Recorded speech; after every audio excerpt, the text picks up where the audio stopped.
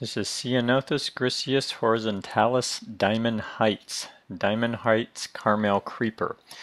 Apparently it was found as a sport of a Ceanothus griseus horizontalis in San Francisco area. And so that relates to some of the things that it prefers. And these plants that you're seeing here are in San Francisco in a planting in South San Francisco. And so here's the striking thing about it is this foliage color that you see. This is in full sun, but it is in San Francisco where it never gets very hot. 75 to 80 degrees is considered a very hot day there. So these would prefer, if you're in a hot inland valley, they would prefer part shade, probably protection from the hottest part of the day. And but whereas if you're near the coast and it's cooler, these can take full sun as you see here. I would think that these are 2 to 3 year old plants. They say that they get about 12 inches high. None of the ones in this planting are over 6 inches high. They're very low. Very unusual for this type of a Ceanothus, but excellent from a plant design standpoint. Here you see 4 of them out there with the gravel mulch around them and just staying very low. And then the spread they say is 4 to 6 feet wide, so that seems to be consistent with what I'm seeing. Well, variegated foliages in design for me are really a treat. They're a lot to work off of and play with in terms of color play. Like other yellow foliage plants though, these can burn. So if you get them in a hot area and you put them in full sun, they may not take it very well. Here by the coast they're taking it just fine, and that colors them up very nicely. Like Coleonema Sunset Gold is a good example of that.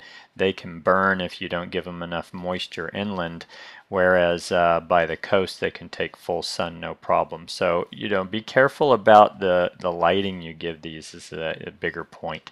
And then in design, let's talk about that. So I'm not a big fan of too much yellow or lime green, whatever we're calling this. And by the way, you see some of the darker green there in the shadier part of those leaves right there. Well, that's what happens with a lot of plants like this, is if you put them in shade, you will get less of the yellow coloration that you're seeing there. And so just be aware of how that's going to affect what you're designing it to go with, because usually what you're doing with something like this, in my experience anyway, is this is an accent more so than a show. I don't like using this something this bright in such a big area or a big sprawl. I like to use it as kind of an impact. And but too much yellow for me is just too much, period. So I would be more inclined in design to use this in splashes of 1 or 2 plants with some very deep greens or some other colors to play off of it as a design element.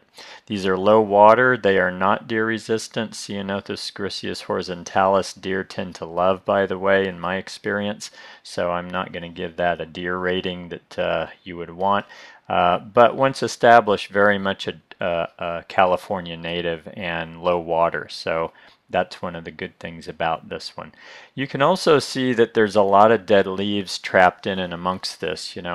I think that's interesting to point out that it makes it hard to maintain. So I don't love the idea of this being under a deciduous tree, because to me that just turns into a maintenance headache. So probably would recommend against that.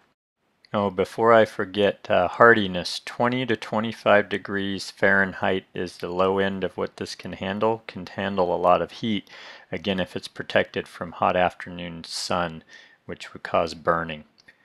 That is Ceanothus griseus horizontalis, Diamond Heights Carmel Creeper. Amazing foliage. Enjoy that one.